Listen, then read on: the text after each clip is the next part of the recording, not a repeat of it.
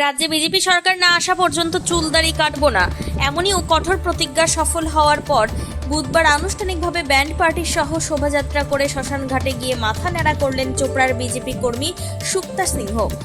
তিনি চোপড়া বিধানসভার মাঝিয়ালি অঞ্চলের চুয়াগাড়ি ডাঙ্গাপাড়া গ্রামের বাসিন্দা। 50 বর্ষীয় বিজেপির এই একনিষ্ঠ কর্মী জানান, তিনি 2018 সালের পঞ্চায়েত নির্বাচনে বিজেপির টিকিটে পঞ্চায়েত সমিতির প্রার্থী হিসেবে ভোটে দাঁড়িয়েছিলেন, কিন্তু তাকে অনেক ভয়ভীতি দেখানো হয়েছে এবং ভোটে কারচুপি করে পরাজিত করেছে।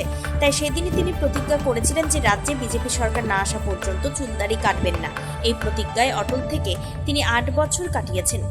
এই দীর্ঘ কয়েক বছরের চুলদাড়িতে তিনি এক সাধুর ন্যায় পৌঁছেছিলেন। অনেকেই তাকে সাধু বলেই ভেবে নিতেন। অবশেষে 2026-এর বিধানসভা নির্বাচনে রাজ্যে বিজেপি ক্ষমতায় এসেছেন, তাই তিনি তার প্রতিজ্ঞা পূরণ হওয়ায় বুধবার নবনির্বাচিত মুখ্যমন্ত্রী উত্তরবঙ্গ সফরের শুভ লগ্নে আনুষ্ঠানিকভাবে চুলদাড়ি কাটেন। এদিন তিনি তার বুথের সমস্ত কর্মী সমর্থক এবং গ্রামের মহিলাদের নিয়ে ব্যান্ড পার্টি সহযোগে শোভাযাত্রা করে ডাউক নদীর খুজালু গছ শ্মশানঘাটে গিয়ে মাথা ন্যাড়া করেন।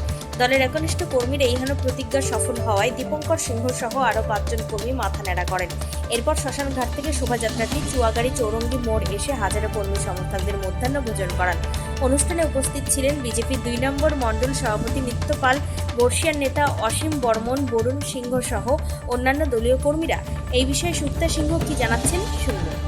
আমার প্রতিজ্ঞা ছিল 2018-তে যখন আমি পঞ্চায়েত সমিতিতে দাঁড়াইছিলাম, আমার বউ দাঁড়াইছিল, তো বিভিন্নভাবে ওরা ছাপা করে ভোট ছিল, অনেক কিছু মারপিট ধমকাধমকি করেছিল। ওই দিন থেকে আমি একটা প্রতিজ্ঞা নিয়েছিলাম যে বিজেপি পশ্চিমবাংলা যতদিন ক্ষমতায় না আসে ততদিন যে আমার বাবা মারা যায়, মা মারা যায়, গোষ্ঠী যে কেউ মারা যায়, অনেকে গেছে, আমি চুলদাড়ি কাটিনি, আমি কাটবো না যতদিন ক্ষমতা না আসে, এটা আমার প্রতিজ্ঞা ছিল। আজকে 2026-এ পশ্চিমবাংলা বিজেপি ক্ষমতা আসলো, আমি এই জন্য খুশিতেই চুলদাড়ি কাটছি। এই জন্য আমার জন্য বহুত লোকজন আমাদের আজকে এই অনুষ্ঠানে যোগিত দিচ্ছেন, খুব আমাদের আনন্দ দিয়েছে। মানে দীর্ঘ 8 বছর ধরে চুলদাড়ি রাখাটা কতটা সমস্যা? দৃঢ় প্রতিজ্ঞা কেন? হ্যাঁ, এত দৃঢ় প্রতিজ্ঞা কেন করেছিলেন? এত দীর্ঘ প্রতিজ্ঞা করলাম এই যে কাটার জন্য। এটা হচ্ছে কি, কয়েকদিন আমি চিন্তা করলাম গ্রামে গ্রামে বুধে বুধে বিজয় মিছিল হচ্ছে, সমস্ত অঞ্চলে বিজয় মিছিল হচ্ছে। আমি চিন্তা করলাম আমি কয়েকদিন দেরিতে করব।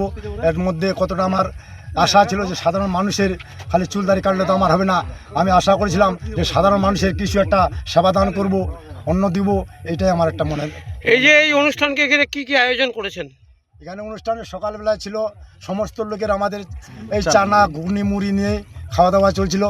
এই অন্য কিছু পান এগুলো তো আছেই, তার মধ্যে এখন চলবে খিচুড়ি প্রসাদ। তার সঙ্গে ব্যান্ড পার্টি নিয়ে এবার শোভাযাত্রা করেছেন। হ্যাঁ, ব্যাংক পার্টি নিয়ে সমস্যা আলোচনা করেছি। মানে দীর্ঘ 8 বছর ধরে আপনি এই যে মানে কঠোর একটা প্রতিজ্ঞা নিয়েছিলেন, মূলত কি কারণে? কারণ এটাই যে টিএমসিকে পশ্চিমবাংলাতে বিখ্যাত করতে হবে। এই পশ্চিমবাংলা সরকার এত একটা সন্ত্রাসবাদী সরকার, এরা সন্ত্রাস ছাড়া অন্য কিছু জানে না, জনগণের সেবা শান্তি করতে পারে না। এরা খালি একটা জানে সন্ত্রাস, টাকা চুরি, কয়লা চুরি, বয়লা চুরি, এগুলা এটা জানে। পাশাপাশি দলীয় কর্মী দীপঙ্কর সিংহ কি বলতে চেয়েছেন শোনাবো। আপনারা সবাই জানেন, আপনারা মিডিয়া বন্ধুরা জানেন, সাধারণ মানুষ থেকে শুরু করে সবাই জানে যে টিএমসির যে দুর্নীতি আর টিএমসির যে শাসন, যেটা এক ধরনের তালিবানি শাসন, মানুষ কথা বলতে চাইলেও সে কথাটা বলতে পারছে না। এই শাসন থেকে দূর করার জন্য, এই শাসনটাকে মানুষকে ভয়মুক্ত করার জন্য, একটা খুব সুন্দর পরিবেশ বজায় রাখার জন্য, তার জন্য কিন্তু আজকে আমাদের এই যে আমাদের সুক্তাদা, যিনি মণ্ডলের ভাইস প্রেসিডেন্ট আছেন, দীর্ঘ 8 বছর ধরে তিনি কিন্তু কঠোর মানে কি বলবো, তপস্যা বলেন কিংবা দৃঢ় প্রতিজ্ঞা বলেন, এবং সংকল্পবদ্ধভাবে তিনি এই 8টি বছর অনেক কষ্ট করে কাটছিলেন যে সাধারণ মানুষকে কি করে এই ভয়মুক্ত করা যায়। এবং এই টিএমসির বিরুদ্ধে আমরা, দুর্নীতির বিরুদ্ধে আমরা যেমন লড়াই করেছি, তার সাথে সাথে সাধারণ জনগণকে আমরা সচেতন করতে পেরেছি বলে আজকে আমরা এই ভয়মুক্ত পরিবেশকে দূর করতে পেরেছি। কি বার্তা দেবেন বিজেপি কর্মীদের উদ্দেশ্যে আজকের এই উদ্দেশ্যকে নিয়ে? আমি এটাই সাধারণ মানুষের বার্তা দিব, আগামী দিনে ভারতীয় জনতা পার্টি ক্ষমতায় আসছে, সুন্দর একটা পরিবেশ গড়ে তুলবে এবং তার সাথে সাথে কর্মসংস্থান তৈরি হবে। বিভিন্ন জায়গা থেকে শুরু করে আমরা প্রত্যেকটা সেক্টরে আমরা কিন্তু কর্মসংস্থান নিয়োগ করাবো এবং পশ্চিমবাংলার বুকে একটা খুব সুন্দর পরিবেশ বজায় রাখবো। বলছিলাম আপনারা আজকে কয়জন, সুক্তাদার পাশাপাশি আপনারা কয়জন আজকে চুল কাটলেন?